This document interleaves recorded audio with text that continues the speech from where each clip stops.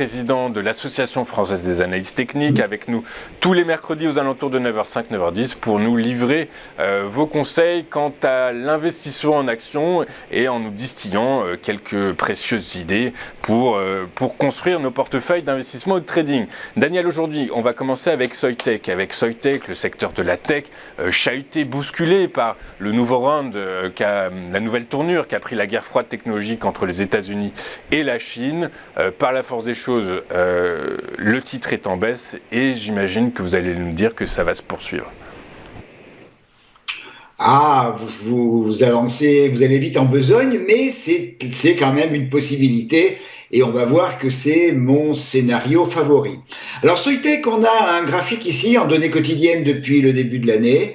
Un schéma baissier d'abord jusqu'en juin sur des minimums aux alentours de 120 €, et puis une tendance extrêmement puissante entre fin mai et fin juillet, début août, où on est passé de 120 à 185 €, excusez-moi, 182 € pour être précis, donc pratiquement un gain de 50% en moins de 2 mois. Donc tendance forte, et puis d'abord une phase de consolidation entre 170 et 180, phase qui s'est avérée être une phase de distribution, rupture de la ligne de coût, et on est parti de manière importante à la baisse, avec un premier support qui a été trouvé sur 150 €, une consolidation, et le retour après ne pas avoir réussi à franchir le retracement 38,2 de Fibonacci de la première jambe de baisse. Eh bien,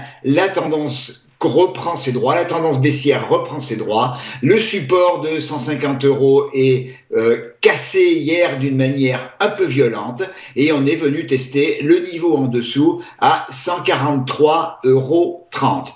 On a cassé par la même occasion hier la moyenne mobile 200 qui avait arrêté les cours début octobre, et la petite moyenne exponentielle 34 qui pendant la hausse avait fait un support dynamique excellent, eh bien devient une résistance dynamique elle-même excellente. Alors, donc, quand on a un retracement de Fibonacci, comme on a eu une consolidation, eh bien, quand le mouvement repart, on positionne les extensions de Fibonacci et on les compare avec les niveaux de support pour voir s'il y a une forme de rythme au niveau du marché. Et effectivement, si on casse le niveau de 143,30 €, niveau sur lequel les acheteurs ont montré hier qu'ils étaient présents. Donc si effectivement cette légère réticence des acheteurs à se laisser manger n'allait pas plus loin, si on casse en clôture quotidienne 143,30, les objectifs suivants, c'est 138,90, surtout le niveau 136,20 € qui est à la fois un niveau de polarité qui a fait support en mars-avril, puis résistance au mois de mai, puis résistance en juin avant d'être franchi.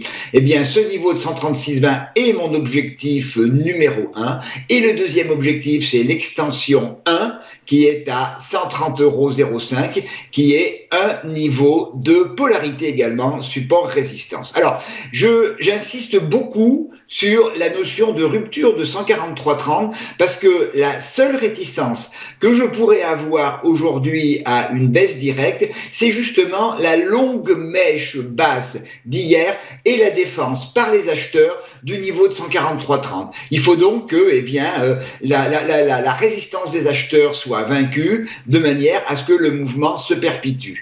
A contrario, si on venait à reprendre 150 €, les acheteurs reprendraient de la vitalité, mais ce n'est que le franchissement de 161 €, c'est-à-dire le dernier plus haut dans la tendance baissière, ce franchissement invaliderait tout le mouvement de baisse qui a commencé fin août, début septembre.